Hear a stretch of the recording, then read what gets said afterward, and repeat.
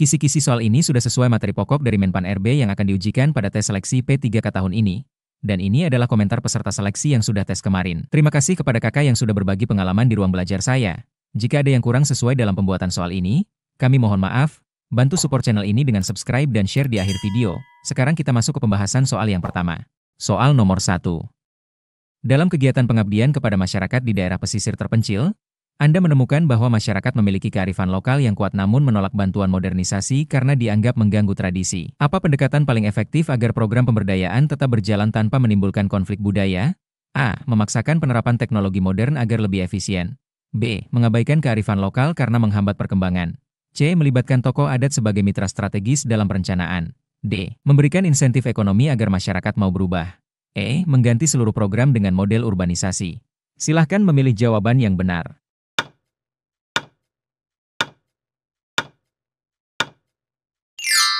Jawabannya adalah C. Melibatkan tokoh adat sebagai mitra strategis dalam perencanaan. Karena keterlibatan tokoh adat mencerminkan pendekatan partisipatif yang menghormati nilai-nilai lokal. Strategi ini memperkuat rasa memiliki dari masyarakat terhadap program pemberdayaan dan menghindari resistensi terhadap perubahan. Dengan mendengar suara masyarakat melalui tokoh adat, keberlanjutan program lebih terjamin. Soal nomor 2.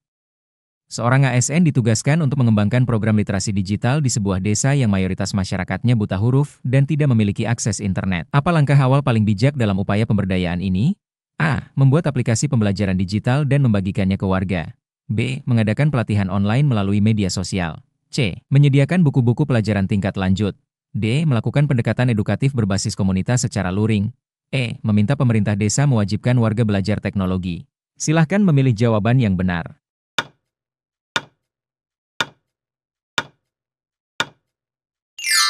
Jawabannya adalah D. Melakukan pendekatan edukatif berbasis komunitas secara luring.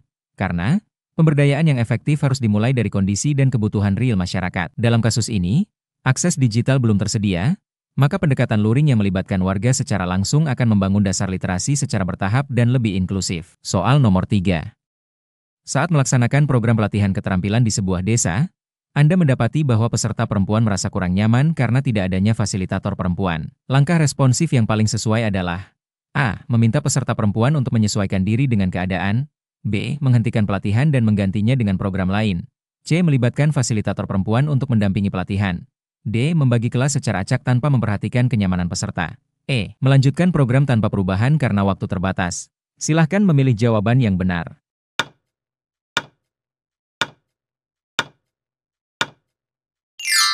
Jawabannya adalah C. Melibatkan fasilitator perempuan untuk mendampingi pelatihan. Karena pendekatan responsif terhadap gender adalah prinsip penting dalam pengabdian kepada masyarakat. Memastikan kenyamanan dan partisipasi aktif perempuan dalam pelatihan merupakan bentuk penghormatan terhadap inklusivitas dan kesetaraan akses terhadap pemberdayaan. Soal nomor 4. Dalam program pendampingan petani, kelompok yang Anda bimbing menolak pendekatan manajemen modern karena tidak percaya kepada metode baru. Bagaimana Anda menyikapi hal ini? A. Meninggalkan kelompok tersebut dan mencari kelompok baru. B. Menerapkan metode modern secara diam-diam. C. Memaksa mereka mengikuti pelatihan intensif. D. Mengganti program dengan pendekatan teknologi sepenuhnya. E. Mengintegrasikan metode baru dengan praktik tradisional. Silahkan memilih jawaban yang benar.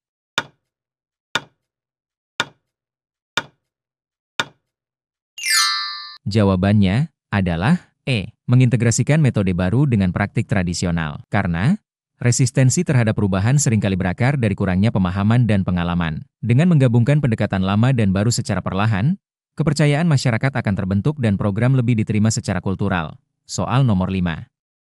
Anda diminta untuk merancang program pemberdayaan ekonomi berbasis UMKM di daerah pasca konflik. Apa prinsip utama yang harus Anda prioritaskan dalam perencanaan awal? A. Menyalurkan modal usaha sebesar-besarnya. B. Membangun kepercayaan dan rekonsiliasi sosial terlebih dahulu. C. Menargetkan keuntungan maksimal dalam 3 bulan pertama. D. Memasukkan pelaku ekonomi luar daerah sebagai mentor utama. E. Membuat koperasi dengan sistem tertutup. Silahkan memilih jawaban yang benar.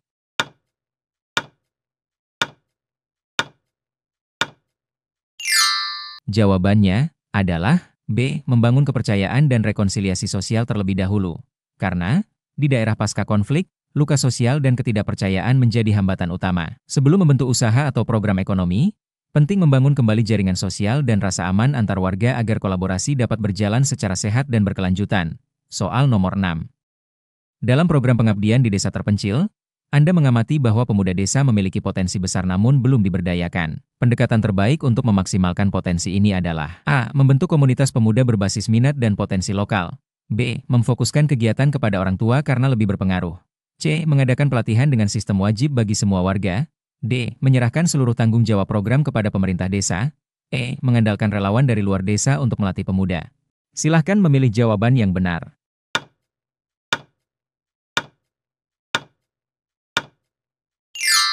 Jawabannya adalah A. Membentuk komunitas pemuda berbasis minat dan potensi lokal.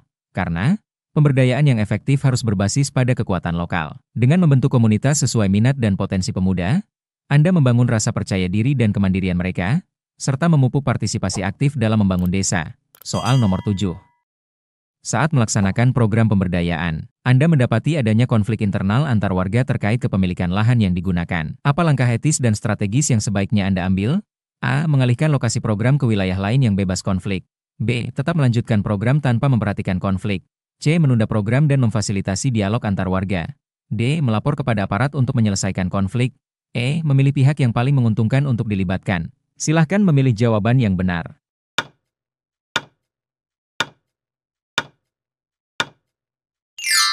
Jawabannya adalah C. Menunda program dan memfasilitasi dialog antar warga. Karena keberhasilan pemberdayaan bergantung pada harmonisasi sosial masyarakat. Menyelesaikan konflik melalui dialog akan menciptakan kesepakatan bersama yang memperkuat fondasi kolaborasi dan rasa memiliki terhadap program. Soal nomor 8. Dalam evaluasi kegiatan pengabdian masyarakat, ditemukan bahwa mayoritas warga tidak mengetahui tujuan program yang telah dilaksanakan. Apa kesalahan mendasar dari tim pelaksana? A. Kurangnya dana publikasi. B. Tidak melibatkan tokoh masyarakat. C. Tidak membuat dokumentasi kegiatan. D. Terlalu cepat menyelesaikan kegiatan. E. Terlalu fokus pada laporan ke pusat. Silahkan memilih jawaban yang benar.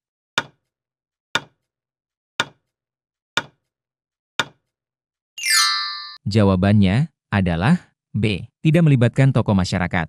Karena keterlibatan tokoh masyarakat dalam tahap awal adalah kunci penerimaan dan pemahaman publik terhadap program. Tanpa dukungan mereka, sosialisasi menjadi kurang efektif, sehingga warga tidak merasa terlibat atau memahami tujuan kegiatan. Soal nomor 9. Anda melakukan program pengabdian kepada masyarakat dengan pendekatan pelatihan digital. Namun, warga justru lebih tertarik pada pelatihan pengolahan hasil pertanian. Apa tindakan reflektif yang paling bijak Anda ambil? A. Mengganti seluruh program sesuai keinginan warga. B. Menyelaraskan antara kebutuhan warga. C. Tetap melanjutkan pelatihan digital sesuai rencana awal. D. Meninggalkan wilayah karena tidak kooperatif. E. Membatasi partisipasi warga hanya yang berminat. Silahkan memilih jawaban yang benar.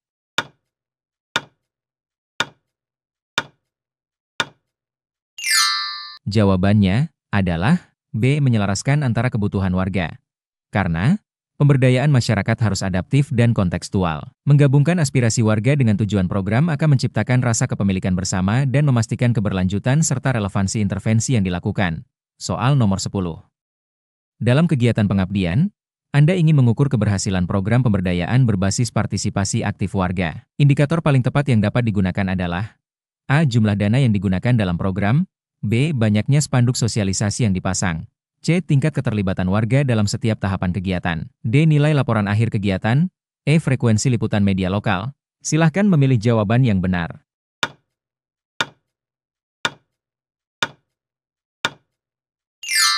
Jawabannya adalah C. Tingkat keterlibatan warga dalam setiap tahapan kegiatan. Karena keberhasilan pemberdayaan berbasis partisipasi tidak hanya dilihat dari output fisik, tetapi dari seberapa aktif dan konsisten warga terlibat dalam proses perencanaan, pelaksanaan, hingga evaluasi program. Soal nomor 11.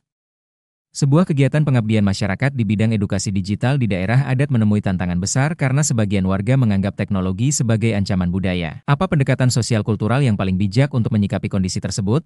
A. Mengedukasi anak muda terlebih dahulu karena lebih terbuka. B. Mengganti teknologi digital dengan pendekatan manual. C. Mempromosikan program melalui media sosial. D. Melibatkan tokoh adat dalam penyusunan materi dan metode. E. Memberikan pelatihan secara rahasia pada kelompok muda. Silahkan memilih jawaban yang benar.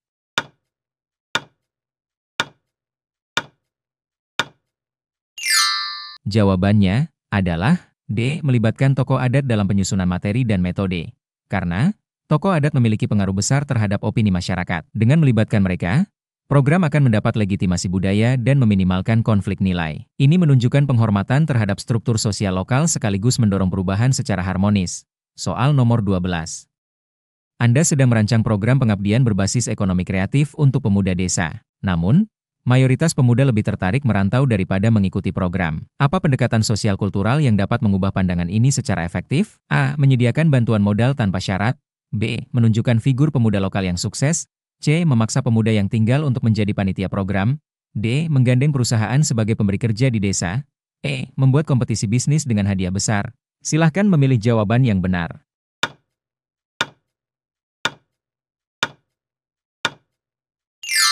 Jawabannya adalah B. Menunjukkan figur pemuda lokal yang sukses. Karena pemuda cenderung terinspirasi oleh role model yang berasal dari lingkungan mereka sendiri. Keteladanan lokal lebih relevan dan meyakinkan daripada teori atau paksaan. Ini menjadi bentuk edukasi kultural yang halus namun berdampak besar dalam membentuk orientasi mereka. Soal nomor 13. Dalam kegiatan pengabdian masyarakat, Anda menemui kelompok warga yang enggan menerima bantuan karena takut ketergantungan. Apa pendekatan sosial kultural paling tepat agar bantuan tetap diterima dengan prinsip keberdayaan? A. Menyampaikan bahwa semua warga lain sudah menerima. B. Menyatakan bahwa bantuan ini adalah proyek jangka panjang. C. Menyampaikan bahwa jika tidak digunakan sekarang, bantuan akan hangus. D. Menyediakan kontrak penerimaan bantuan. E. Menjelaskan bahwa bantuan hanya stimulus awal untuk kemandirian. Silahkan memilih jawaban yang benar.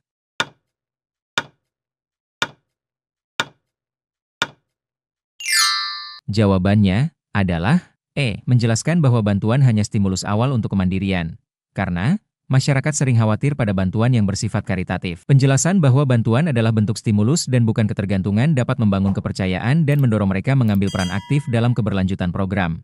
Soal nomor 14. Seorang fasilitator pengabdian masyarakat mendapati bahwa masyarakat sasaran sudah sering menerima pelatihan namun tidak ada keberlanjutan praktik di lapangan. Apa evaluasi sosial kultural paling tepat terhadap fenomena tersebut? A. Materi pelatihan terlalu teoritis dan tidak aplikatif. B. Pelatihan tidak disertai honor sehingga partisipasi rendah. C. Tidak ada insentif pasca pelatihan untuk memulai usaha. D. Budaya belajar masyarakat belum terbentuk secara kolektif. E. Pemerintah setempat tidak mendukung program. Silahkan memilih jawaban yang benar.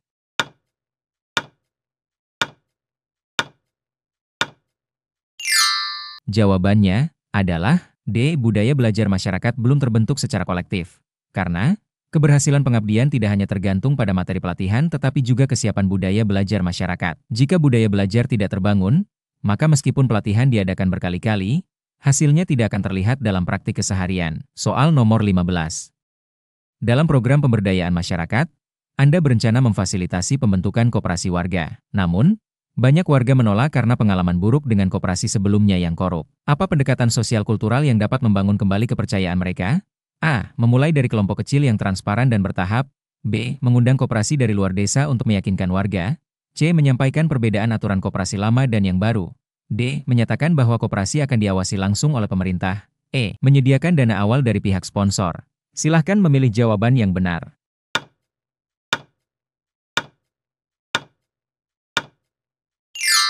Jawabannya adalah A. Memulai dari kelompok kecil yang transparan dan bertahap. Karena membangun kepercayaan kembali membutuhkan proses yang organik dan konkret. Dengan memulai dari kelompok kecil, masyarakat bisa melihat bukti keberhasilan dan transparansi secara langsung. Pendekatan ini sejalan dengan prinsip-prinsip sosial kultural berbasis pembuktian dan pengalaman kolektif. Sebelum lanjut ke soal berikutnya, jangan lupa subscribe jika video ini bermanfaat. Kita akan lanjut ke video selanjutnya. Terima kasih.